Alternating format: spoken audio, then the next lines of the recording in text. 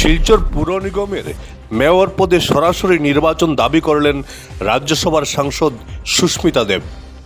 তিনি বলেন, অনেক নির্দল কমিশনার জিতে আসলে তারা কিছুদিন পরপর মেয়রের বিরুদ্ধে অনাস্থা আনার সম্ভাবনা রয়েছে। এতে উন্নয়নের কাজে বাধা সৃষ্টি হতে পারে।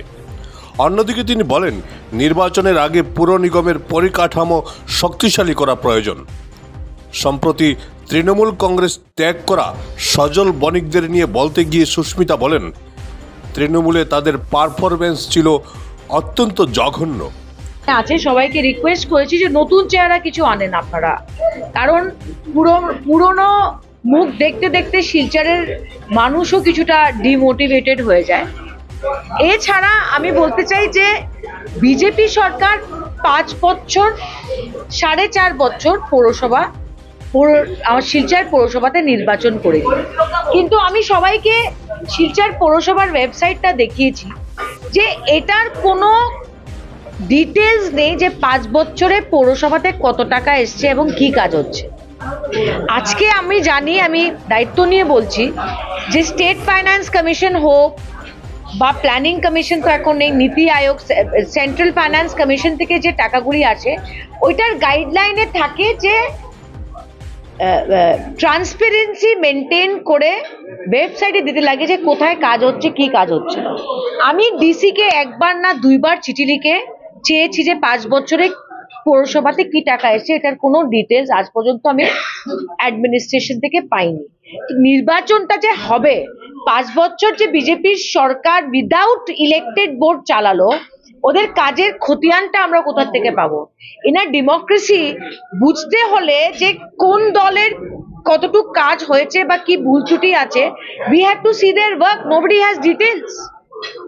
পৌরসভা একটা সিন্ডিকেটের মতো চলছে, আমি একবার না বারবার বলছি। কেউ জানে না এইগুলা যে প্রকল্প সিলেকশন হচ্ছে, কে সিলেকশন করছে? পাবলিক করছে, এমএলএ করছে, এমপি করছে, কে সিলেকশন করছে এগুলা স্কিম? আমরা তো জানি না। 2 নম্বর কথা হলো, আমি মনে করি যে পৌরসভাতে স্টেবিলিটি আনতে হলে মেয়রের ইলেকশনটা ডাইরেক্ট হলে ভালো হয়, নালে অনাস্থা আসবে। আরেকটা ট্রেন্ড আমি দেখছি, অনেকে বলছে আমরা ইন্ডিপেন্ডেন্ট দাঁড়িয়ে যাব। ইন্ডিপেন্ডেন্ট তো যারা ইন্ডিপেন্ডেন্ট দাঁড়িয়ে যদি জিতে আসে, আমি মনে করি যে একটা চান্স আছে যে সব সময় মেয়র এর উপরে একটা প্রেশার থাকবে যে আমরা এটা না পেলে ফেলে দেবো মেয়রকে, এটা না পেলে আমরা মেয়রকে অনাস্থা আনবো। মেয়রের ডাইরেক্ট ইলেকশন হলে আমি মনে করি ভালো হয়। এছাড়া একটা নগর নিগম কি যদি সফল করতে হয়, তবে ইন্টারনাল অ্যাডমিনিস্ট্রেটিভ স্ট্রাকচারটাকে পুরোটাকে বদলাতে হবে, যেটা কর্পোরেশন অ্যাক্টে আছে আসামে। এবং engineering division, tax collecting division, আমি জানি না কনজারভেন্সি 42টা ওয়ার্ডে যে সার্ভিস দেবে, এটার জন্য মানুষ কোথায়? কর্পোরেশন।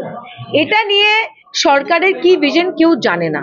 তো আমি আশা করি যে আরবান ডেভেলপমেন্ট মিনিস্ট্রি নিয়ে থেকে এটা নিয়ে ওরা চিন্তা করবে। 2 নম্বর কথা আমি এটাও বলতে চাই যে যে চাকরিগুলো পৌর নিগম কর্পোরেশনে হবে, আমাদের ডিমান্ড থাকলো তৃণমূল কংগ্রেস থেকে যে এই চাকরিগুলোর জন্য বরাকের ছেলে মেয়েকে দেওয়া হয় অ্যাজ পার কোয়ালিফিকেশন। যদি একটা কোয়ালিফিকেশন যেটা পৌর নিগমে লাগে যদি বরাকে পাওয়া যায় না, বরাকের বাইরে থেকে কেউ এসে কাজ করতেই পারে। বাট এটলিস্ট শিলচর কর্পোরেশনের চাকরিগুলো আমাদের বরাকের ছেলে মেয়ের জন্য আমি মনে করি ওদেরকে প্রেফারেন্স দেওয়া উচিত। আমি কোটা ওয়ার্ডটা ইউজ করছি না, রিজার্ভেশন ওয়ার্ডটা ইউজ করছি না, কিন্তু it should be given preference to বরাকের ছেলে মেয়ে। এছাড়া লাস্টে আমি এটাই বলবো যে নির্বাচনে হার জিত থাকে, কিন্তু নির্বাচন না হওয়াটা গণতন্ত্রের জন্য খুবই খারাপ। তো এখন পঞ্চায়েত ইলেকশন পিছিয়ে গেছে, পৌর নিগমের ইলেকশন কি হবে আমি বলতে পারবো না, কিন্তু আমি মনে করি পঞ্চায়েতের ইলেকশনটা ডিলে করা এটা হলো বিজেপির কনস্পিরেসি। কারণ বিজেপির মাঠ এখন খারাপ। আমি শুধু বরাকের কথা বলছি না, আমি আপার আসাম, লোয়ার আসামের কথাও বলছি বা মধ্য আসামের কথা বলছি। সো ওরা একটু সময় চাইছে, তাই বলে ওরা ডিলে করেছে।